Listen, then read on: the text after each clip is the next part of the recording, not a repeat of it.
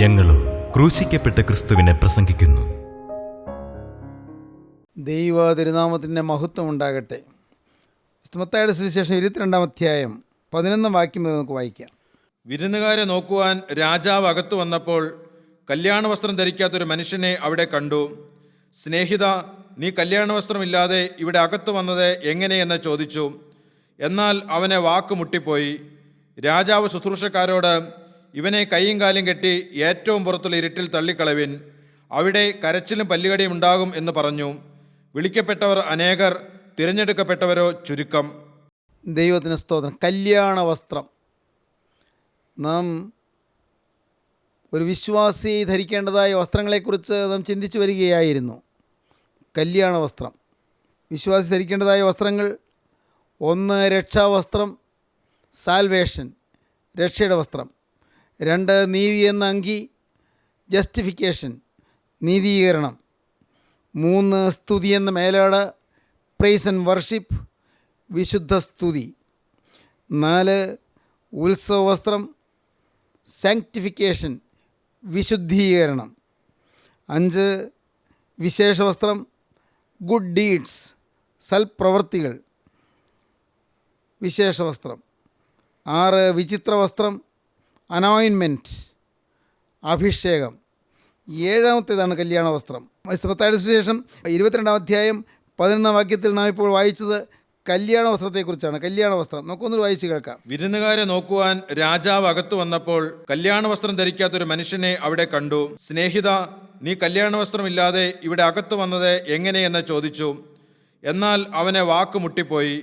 രാജാവ് ശുശ്രൂഷക്കാരോട്, ഇവനെ കൈയും കാലും കെട്ടി ഏറ്റവും പുറത്തുള്ള ഇരുട്ടിൽ തള്ളിക്കളവിൻ, അവിടെ കരച്ചിലും പല്ലുകടിയും ഉണ്ടാകും എന്ന് പറഞ്ഞു. വിളിക്കപ്പെട്ടവർ അനേകർ, തിരഞ്ഞെടുക്കപ്പെട്ടവരോ ചുരുക്കം. ദൈവത്തിന് സ്തോത്രം.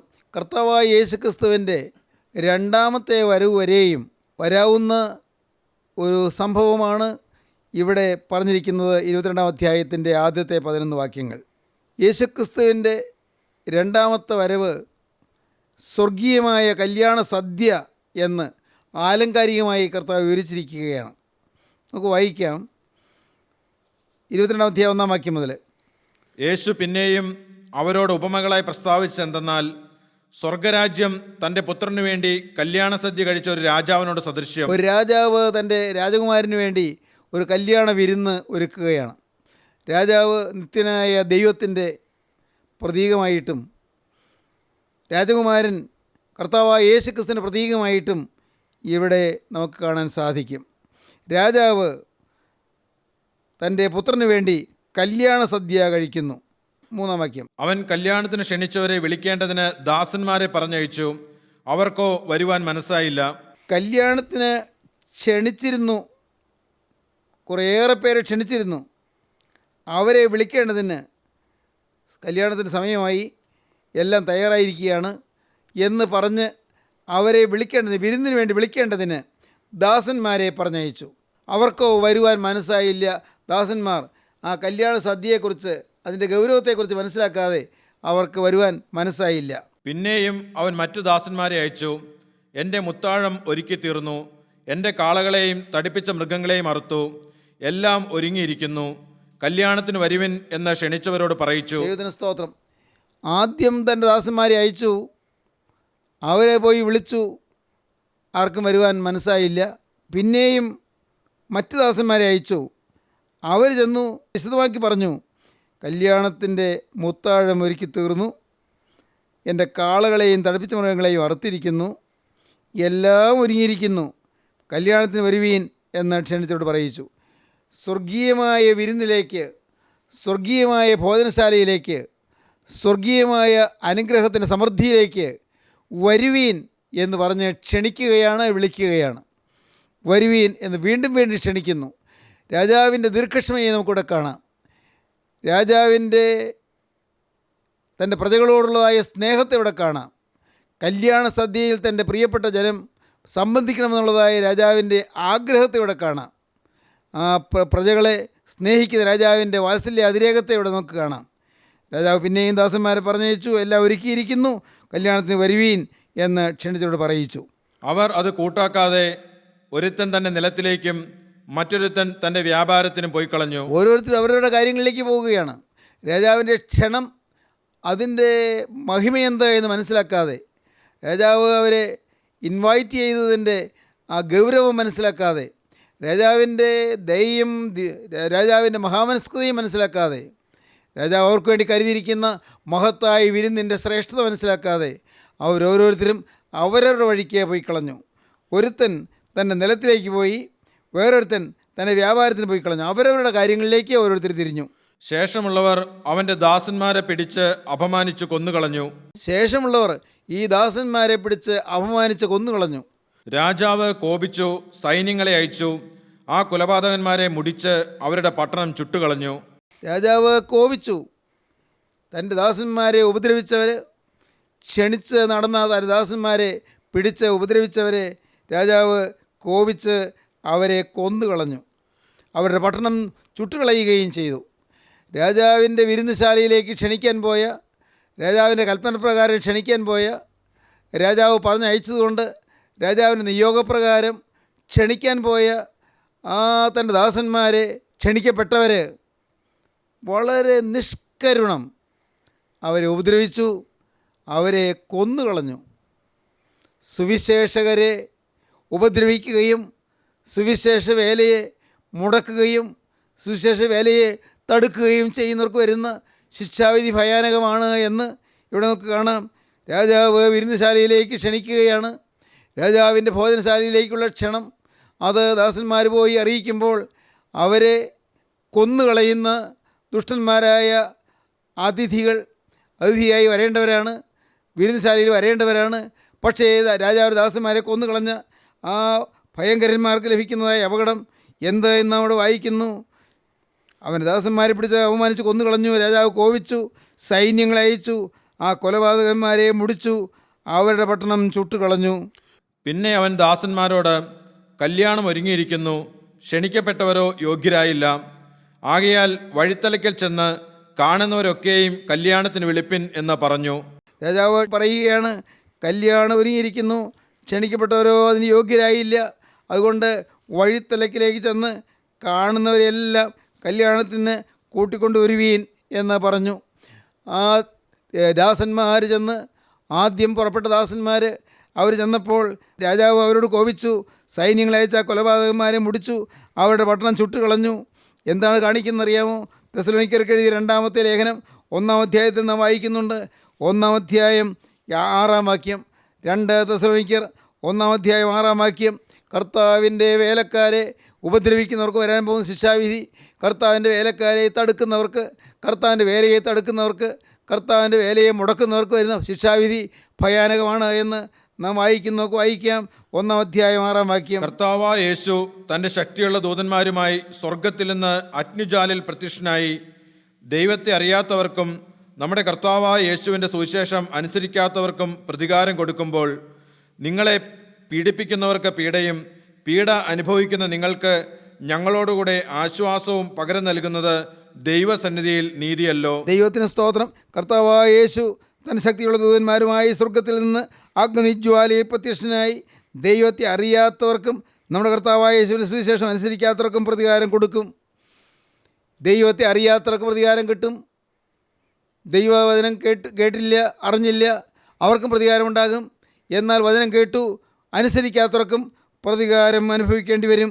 കർത്താവായ യേശു തൻ്റെ ശക്തിയുള്ള ദൂതന്മാരുമായി സ്വർഗത്തിൽ നിന്ന് അഗ്നിജ്വാലയിൽ പ്രത്യക്ഷനായി ദൈവത്തെ അറിയാത്തവർക്കും നമ്മുടെ കർത്താവായ യേശുവിൻ്റെ സുവിശേഷം അനുസരിക്കാത്തവർക്കും പ്രതികാരം കൊടുക്കുമ്പോൾ, നിങ്ങളെ പീഡിപ്പിക്കുന്നവർക്ക് പീഡയും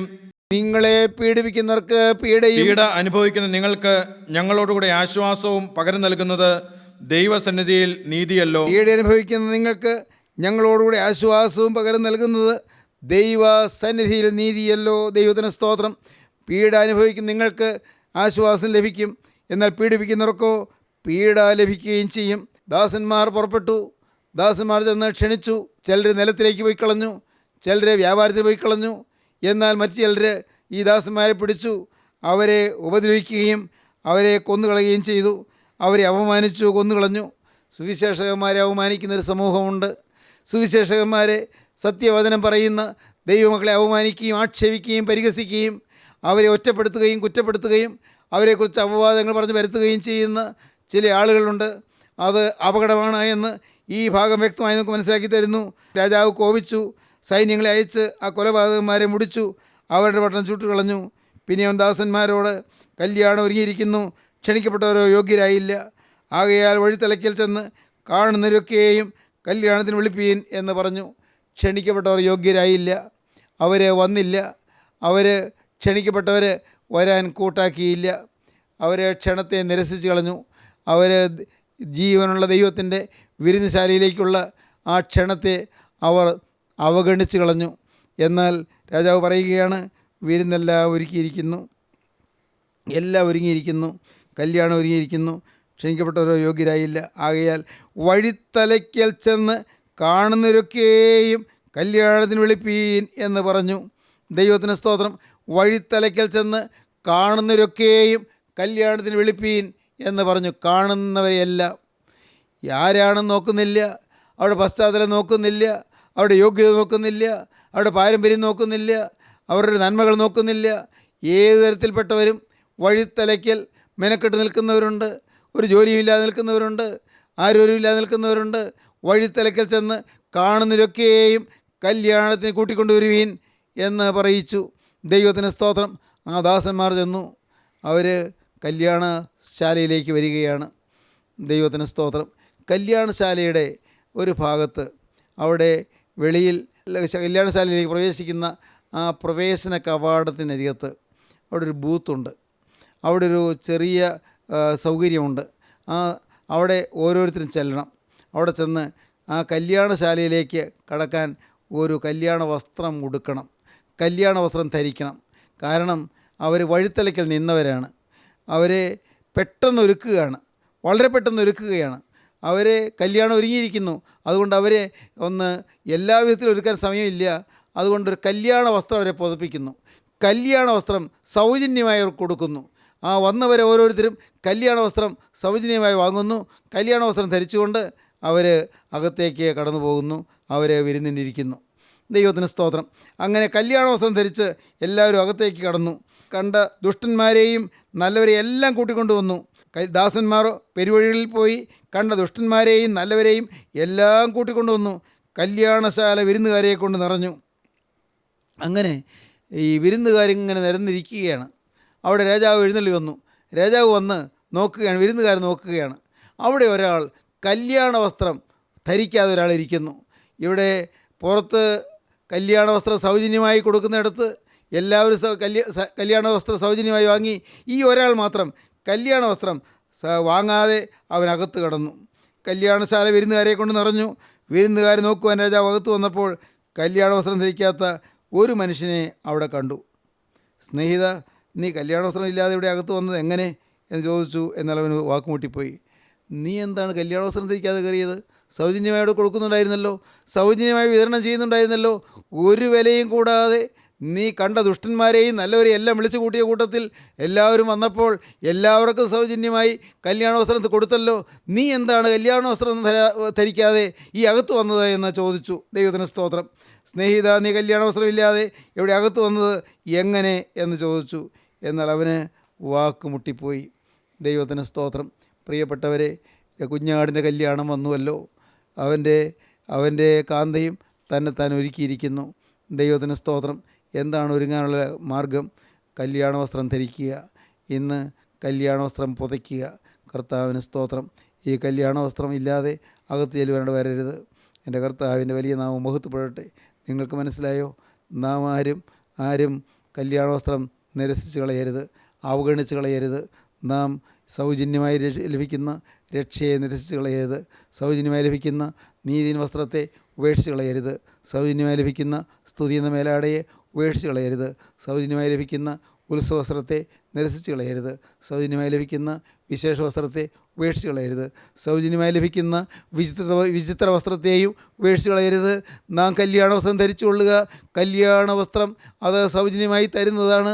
സൗജന്യമായി നീതീകരണം, സൗജന്യമായി രക്ഷ, സൗജന്യമായി ഉത്സവവസ്ത്രം, എല്ലാം ദാനമാണ്, എല്ലാം കൃപയാണ്.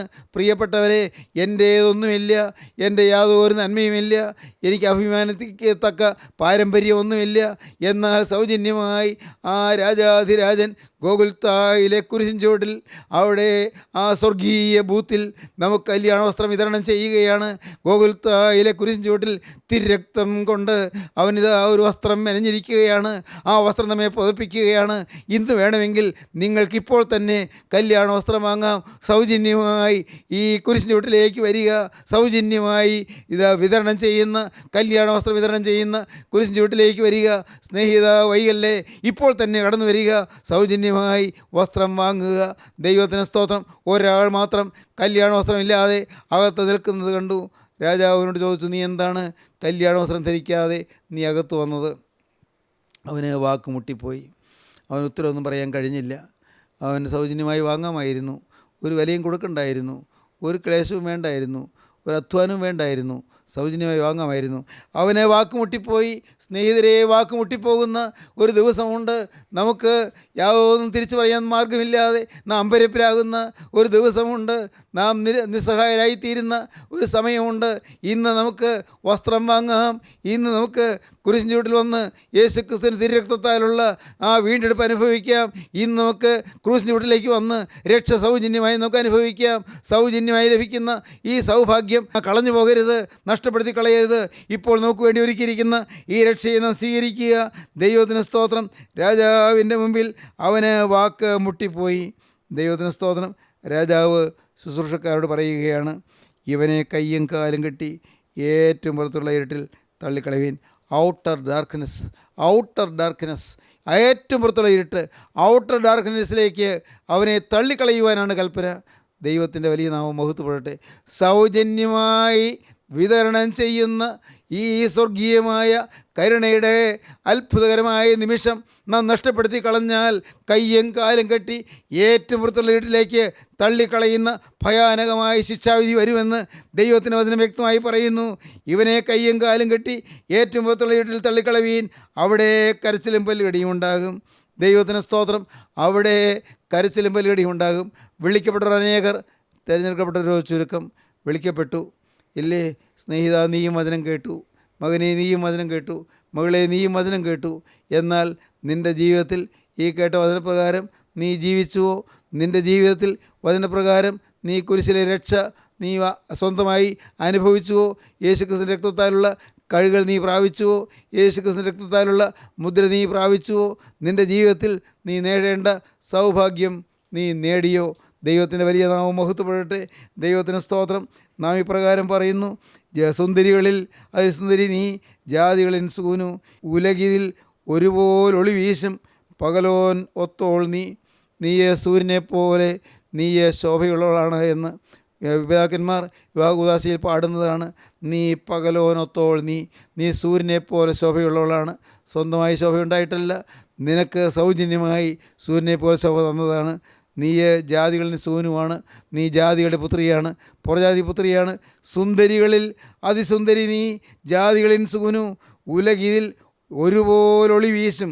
ഒരുപോലെ ഈ ലോകത്ത് ഒളി വീശുന്ന, ശോഭയുള്ള, ഭംഗി പകരുന്ന പകലോനത്തോൾ നീ, ലോകമെങ്ങും ഒരുപോലെ പ്രകാശം പരത്തുന്ന സൂര്യനെ പോലെയുള്ളവളാണ് നീ. കാരണം എന്താണ്? താവകഭാലേ സ്ലീബായിൻ മുദ്ര, പാവനവദനം സ്തുതി പാടിയിടുന്നു. ദൈവസുതൻ തൻ രക്തം നിൻ വായ്മലരിൽ കാണുമോ? ദൈവത്തിന് സ്തോത്രം. ദൈവസുതൻ തൻ രക്തം നിൻ വായ്മലരിൽ കാണുമോ? ദൈവസുതൻ്റെ രക്തം നിൻ്റെ വായ്മലരിൽ കാണുന്നു. നിൻ്റെ ചുണ്ടിന്മേൽ യേശുക്രിസ്തുവിൻ്റെ രക്തം പതിഞ്ഞിരിക്കുന്നു. നിൻ്റെ വചനം സ്തുതി പാടുന്നു. നിൻ്റെ നെറ്റിയിൽ സ്ലീബായുടെ മുദ്ര കാണുന്നു. ദൈവത്തിന് സ്തോത്രം. സ്ലീബായിൻ മുദ്ര താവകഫാലെ നിൻ്റെ നെറ്റിത്തടത്തിൽ സ്ലീബായുടെ മുദ്ര കാണുന്നു. ദൈവവൈതലേ, നിനക്ക് മനസ്സിലായോ? കർത്താവായ യേശുവിൻ്റെ ജയമുള്ള സ്ലീബായുടെ മുദ്ര നിൻ്റെ നെറ്റിയിൽ അദൃശ്യമുദ്ര പതിയണം. ദൈവത്തിന് സ്തോത്രം. നിൻ്റെ വചനം സ്തുതി പാടുന്നതായി തീരണം. നിൻ്റെ മുഖത്തു നിന്ന് സ്തുതിയുടെ ഘോഷം ഉയരണം. നിൻ്റെ ചുണ്ടുകളിന്മേൽ യേശുക്രിസ്തുവിൻ്റെ രക്തത്തിൻ്റെ ആ അത്ഭുതകരമായ സ്പർശം ലഭിക്കണം. തിരുരക്തം നിൻ്റെ ചുണ്ടിന്മേൽ മുദ്രയായി ചാർത്തണം. ദൈവത്തിന് സ്തോത്രം. നിൻ്റെ നെറ്റിയിൽ നിൻ്റെ താവകഫാലെ ശ്രീബായിന് മുദ്ര, നിൻ്റെ വചനസ്തുതി പാടുന്നു. ദൈവസുതൻ്റെ രക്തം നിൻ്റെ ചുണ്ടിന്മേൽ കാണുന്നു. കർത്താവിന് സ്തോത്രം. സഹോദരങ്ങളെ, ഇന്ന് സൗജന്യമായി ഇതെല്ലാം ലഭിക്കുന്നു, സൗജന്യമായി കിട്ടുന്നു. ഇവൻ്റെ വാക്ക് മുട്ടിപ്പോയി. അവനോട് പറഞ്ഞു, വിളിക്കപ്പെട്ടവർ അനേകർ, തിരഞ്ഞെടുക്കപ്പെട്ടവരോ ചുരുക്കം. വിളിക്കപ്പെട്ടവർ അനേകർ, അനേകം പേരെ വിളിച്ചു. സ്നേഹിത, നീയും വിളി കേട്ടു, നീയും കേട്ടു വചനം. എന്നാൽ നീ ഇതുവരെയും നീ തിരഞ്ഞെടുക്കപ്പെട്ടവരുടെ കൂടെ ആയില്ല. നിൻ്റെ ജീവിതത്തിൽ സൗജന്യമായി കിട്ടുന്ന വസ്ത്രം നീ ധരിച്ചില്ല. ദൈവത്തിന് സ്തോത്രം. നീ പല്ലുകടിയും കരച്ചിലുമുള്ളതായ നരകത്തിന് ഭീകരമായ കൂരിരുട്ടിലേക്ക് തള്ളപ്പെടുകയാണ്. അവിടെ ഏറ്റവും പുറത്തുള്ള ഇരുട്ടിലേക്ക് തള്ളിക്കളവീൻ. അവിടെ കരച്ചിലും പല്ലുകടിയും ഉണ്ടാകും. കർത്താവായ യേശുക്രിസ്തുവിൻ്റെ തിരുവചനം വ്യക്തമായി പറയുന്നു. മത്തായിയുടെ സുവിശേഷം 25-ാം അധ്യായത്തിൻ്റെ അവസാന ഭാഗം നമുക്ക് വായിക്കാം. മത്തായിയുടെ സുവിശേഷം 25-ാം അധ്യായത്തിൻ്റെ അവസാന ഭാഗം 46-ാം വാക്യം നമുക്ക് വായിക്കാം. ഇവർ നിത്യദണ്ഡനത്തിലേക്കും നീതിമാന്മാർ നിത്യജീവങ്കിലേക്കും പോകും. വിശുദ്ധന്മാർ നിത്യജീവങ്കിലേക്ക് പോകും. എന്നാൽ ദൈവവചനത്തെ നിഷേധിക്കുന്നവർ നിത്യദണ്ഡനത്തിലേക്ക് പോകും. രണ്ടും നിത്യമാണ്. നരകം നിത്യമാണ്, യാതന നിത്യമാണ്, സ്വർഗം നിത്യമാണ്, സമാധാന സ്വർഗം നിത്യമാണ്. ദൈവത്തിന് സ്തോത്രം. സ്വർഗീയ സൗഭാഗ്യം നിത്യമാണ്, നരകത്തിൻ്റെ ഭീകര ദുരിതവും നിത്യമാണ്. ഇവർ നിത്യദണ്ഡനത്തിലേക്കും നീതിമാന്മാർ നിത്യജീവങ്കിലേക്കും പോകും. ദൈവത്തിന് സ്തോത്രം. നമുക്ക് 25-ാം അധ്യായത്തിൻ്റെ 30-ാം വാക്യം വായിക്കാം. 25-ാം അധ്യായം 30-ാം വാക്യം. എന്നാൽ കൊള്ളരുതാത്ത ദാസനെ ഏറ്റവും പുറത്തുള്ള ഇരുട്ടിലേക്ക് തള്ളിക്കളവിൻ, അവിടെ കരച്ചിലും പല്ലുകടിയും ഉണ്ടാകും. ദൈവത്തിന് സ്തോത്രം. ഇവിടെയോ അത് തന്നെയാണ് കാണുന്നത്. താലന്ത് ലഭിച്ചിട്ട് ആ താലന്ത് ഉപയോഗിക്കാതെ മൂടി വെച്ചവനെ കൊള്ളരുതാത്ത ദാസൻ എന്നാണ് വിളിക്കുന്നത്. അവനെ നിത്യദണ്ഡനത്തിലേക്ക് അയക്കുകയാണ്. കൊള്ളരുതാത്ത ദാസനെ ഏറ്റവും പുറത്തുള്ള ഇരുട്ടിലേക്ക് തള്ളിക്കളവീൻ, അവിടെ കരച്ചിലും പല്ലുകടിയും ഉണ്ടാകും. ദൈവത്തിന് സ്തോത്രം. മത്തായിയുടെ സുവിശേഷം 8-ാം അധ്യായം 12-ാം വാക്യവും കൂടെ വായിക്കാം. അവിടെ കരച്ചിലും പല്ലുകടിയും ഉണ്ടാകും. ഏറ്റവും പുറത്തുള്ള ഇരുട്ട്, ഏറ്റവും പുറത്തുള്ള ഇരുട്ടിലേക്ക് തള്ളിക്കളവീൻ, അവിടെ കരച്ചിലും പല്ലുകടിയും ഉണ്ടാകും. കല്യാണ വസ്ത്രം ധരിക്കാത്തവന് ഏറ്റവും പുറത്തുള്ള ഇരുട്ടിലേക്ക് തള്ളപ്പെടേണ്ടി വരും. മാത്രമല്ല, താലന്ത് ഉപയോഗിക്കാതെ മൂടി വെച്ചവന് അവൻ ഏറ്റവും പുറത്തുള്ള ഇരുട്ടിലേക്ക് തള്ളപ്പെടും. 8-ാം അധ്യായം 12-ാം വാക്യം. രാജ്യത്തിൻ്റെ പുത്രന്മാരെയോ ഏറ്റവും പുറത്തുള്ള ഇരുളിലേക്ക് തള്ളിക്കളയും. രാജ്യത്തിൻ്റെ പുത്രന്മാർ, ദൈവരാജ്യത്തിൻ്റെ പുത്രന്മാരായി അറിയപ്പെടുന്നവർ, അവർ ഏറ്റവും പുറത്തുള്ള ഇരുട്ടിലേക്ക് തള്ളപ്പെട്ടു പോകും. ദൈവജനമേ, നിങ്ങൾ ഈ വാക്കുകളെ കേട്ടുകൊണ്ടിരിക്കുമ്പോൾ ഒരു വലിയ സത്യം നിങ്ങൾ ഗ്രഹിക്കുക. യേശുക്രിസ്തു വീണ്ടും വരും. കർത്താവായ യേശു വീണ്ടും വരുമ്പോൾ ഇന്ന് ഈ ഭൂമിയിൽ കല്യാണ വസ്ത്രം ധരിക്കാതിരിക്കുന്നവർ അവരേറ്റവും പുറത്തുള്ള ഇരുട്ടിലേക്ക് തള്ളപ്പെടും. യേശുക്രിസ്തു വീണ്ടും വരും. താലന്തുകൾ ഉടയവനെന്ന് കണക്ക് തീർക്കുന്ന നാളിൽ താലന്ത് മൂടി വെച്ചവൻ ഏറ്റവും പുറത്തുള്ള ഇരുട്ടിലേക്ക് തള്ളപ്പെടും. മാത്രമല്ല, രാജ്യത്തിൻ്റെ പുത്രന്മാരായി ലോകം കാണുന്നവർ, ദൈവമക്കളായി അറിയപ്പെടുന്നവർ, ദൈവത്തിൻ്റെ വേലക്കാരായി കാണപ്പെടുന്നവർ, അവരും ഏറ്റവും പുറത്തുള്ള ഇരുട്ടിലേക്ക് തള്ളപ്പെടും. ദൈവത്തിന് സ്തോത്രം. ഇന്ന് ഇത് കേൾക്കുമ്പോൾ നിങ്ങൾക്ക് തീരുമാനമെടുക്കാം. എൻ്റെ കർത്താവേ, ഒരു നിത്യതയുണ്ട്. ആ നിത്യത നരകത്തിൻ്റെ ഭീകരമായ ഏറ്റവും പുറത്തുള്ള ഇരുട്ടിലേക്ക് തള്ളപ്പെടുവാൻ എനിക്കിട വരരുതേ. എൻ്റെ കർത്താവേ, കർത്താവേ, കർത്താവേ, നിൻ്റെ നാമത്തിൽ ഞങ്ങൾ പ്രവചിക്കുകയും നിൻ്റെ നാമത്തിൽ ഞങ്ങൾ ഭൂതങ്ങളെ പുറത്താക്കുകയും നിൻ്റെ നാമത്തിൽ ഞങ്ങൾ വളരെ വീര്യപ്രവൃത്തികളെ പ്രവർത്തിക്കുകയും ചെയ്തില്ലയോ എന്ന് പലരും ആ നാളിൽ എന്നോട് പറയും. എന്നാൽ അധർമ്മം പ്രവർത്തിക്കുന്നവരെ നിങ്ങൾ എന്നെ വിട്ടുപോകുകയും ഞാൻ ഒരു നാൾ നിങ്ങളെ അറിഞ്ഞിട്ടില്ല എന്ന് ഞാൻ അവരോട് തീർത്തു പറയും. ദൈവത്തിന് സ്തോത്രം. കർത്താവിൻ്റെ മലപ്രസംഗത്തിൻ്റെ അവസാന ഭാഗത്ത് പറഞ്ഞ വാക്യമാണത്. അധർമ്മം പ്രവർത്തിക്കുന്നവരെ നിങ്ങൾ എന്നെ വിട്ടുപോകുകയും ഞാൻ ഒരു നാൾ നിങ്ങളെ അറിഞ്ഞിട്ടില്ല എന്ന് കർത്താവ് തീർത്തു പറയും. ദൈവത്തിന് സ്തോത്രം. ദൈവത്തിൻ്റെ നാമത്തിൽ പ്രവചിച്ചവരാണ്, ദൈവത്തിൻ്റെ നാമത്തിൽ ഭൂതങ്ങളെ പുറത്താക്കിയവരാണ്, യേശുക്രിസ്തുവിൻ്റെ നാമത്തിൽ തന്നെ അവർ പല അത്ഭുതങ്ങളും ചെയ്തവരാണ്. എന്നാൽ അധർമ്മം മാറിയില്ല, പാപം മാറിയില്ല. പാപം മാറാത്തതുകൊണ്ട് അവർക്ക് ലഭിക്കുന്ന ശിക്ഷാവിധി ഏറ്റവും പുറത്തുള്ള ഇരുട്ടാണ്. അവർ ഞാൻ നിങ്ങളെ അറിഞ്ഞിട്ടില്ല എന്ന് തീർത്തു പറയുമെന്നാണ് പറയുന്നത്. അറിഞ്ഞിട്ടില്ല. യേശു അറിഞ്ഞിട്ടില്ലാത്തവർക്കും വചനം പറയാം. യേശു അറിഞ്ഞിട്ടില്ലാത്തവർക്കും അത്ഭുതങ്ങൾ പ്രവർത്തിക്കാം. യേശു അറിഞ്ഞിട്ടില്ലാത്തവർക്കും അധർമ്മം ജീവിതത്തിൽ വെച്ചുകൊണ്ട് പ്രവചിക്കാം, പ്രവർത്തിക്കാം. എന്ന സ്നേഹിതരെ, ഭയാനക ഭയാനകമായ കൂരിട്ടിലേക്ക് പോകുന്നതിന് മുൻപ് ഇന്ന് നിങ്ങൾക്ക് വേണമെങ്കിൽ മനം തിരിയാം. ഇപ്പോഴാകുന്ന രക്ഷാ ദിവസം, ഇപ്പോൾ തന്നെ സുപ്രസാദകാലം. ഇപ്പോൾ മനം തിരിയുവീൻ, ഹൃദയം തുറക്കുവീൻ, യേശുവിനോട് പറയുവീൻ, കർത്താവേ, ഇത്രയും കാലം ഞാൻ കാര്യങ്ങൾ ഗ്രഹിക്കാതെ ജീവിച്ചു പോയി, ഇത്രയും കാലം പാപത്തിനടിമയായി ജീവിച്ചു പോയി, ഇത്രയും കാലം പിശാചിനിടം കൊടുത്തുകൊണ്ട് ജീവിച്ചു പോയി, എന്നോട് ക്ഷമിക്കണമേ, കല്യാണ വസ്ത്രം തരണമേ. ഗോകുൽത്തായിലെ കുരിശിൻ ചുവട്ടിൽ ലഭിക്കുന്ന കല്യാണ വസ്ത്രം പുതച്ചുകൊണ്ട് കല്യാണശാലയിലേക്ക് വരുവാൻ എന്നെ ഒരുക്കണമേ. പ്രാർത്ഥിക്കൂ, നമുക്ക് സമർപ്പിക്കാം. കരുണയുള്ള കർത്താവേ, ഈ മനോഹരമായ സമയത്തിനായി സ്തോത്രം. നിൻ്റെ മക്കളെ തോട്ടത്തിനായി സ്തോത്രം. നിത്യ നാശം ഒഴിവാക്കി തരുവാൻ അവിടുത്തെ പരിശുദ്ധാത്മാവ് അധ്വാനിക്കുന്നതിനായി സ്തോത്രം. നിത്യ നരകത്തിൻ്റെ ഭീകര ദണ്ഡനം ഒഴിവാക്കുവാൻ അവിടുത്തെ പരിശുദ്ധമായ വചനം ഞങ്ങൾക്ക് തരുന്നതിനായി സ്തോത്രം. എല്ലാവരെയും തലോടണമേ, എല്ലാവരെയും വിശുദ്ധിയോട് അലങ്കരിക്കണമേ. അത് ഒരു വിശുദ്ധജനം എഴുന്നേറ്റ് ഒരു ഇടയാക്കണമേ. കർത്താവ്, ആത്മീയ ഉണർവ് ഞങ്ങളുടെ മധ്യത്തിലേക്ക് അയക്കണമേ. ബന്ധനങ്ങൾ എല്ലാം കത്തിച്ച് കളയണമേ. യേശു ക്രിസ്തുവിൻ്റെ വിലയേറിയ നാമത്തിൽ പ്രാർത്ഥിക്കുന്ന കൃപയോടെ കേൾക്കണം പിതാവേ. ആമീൻ. ഹല്ലേലൂയ.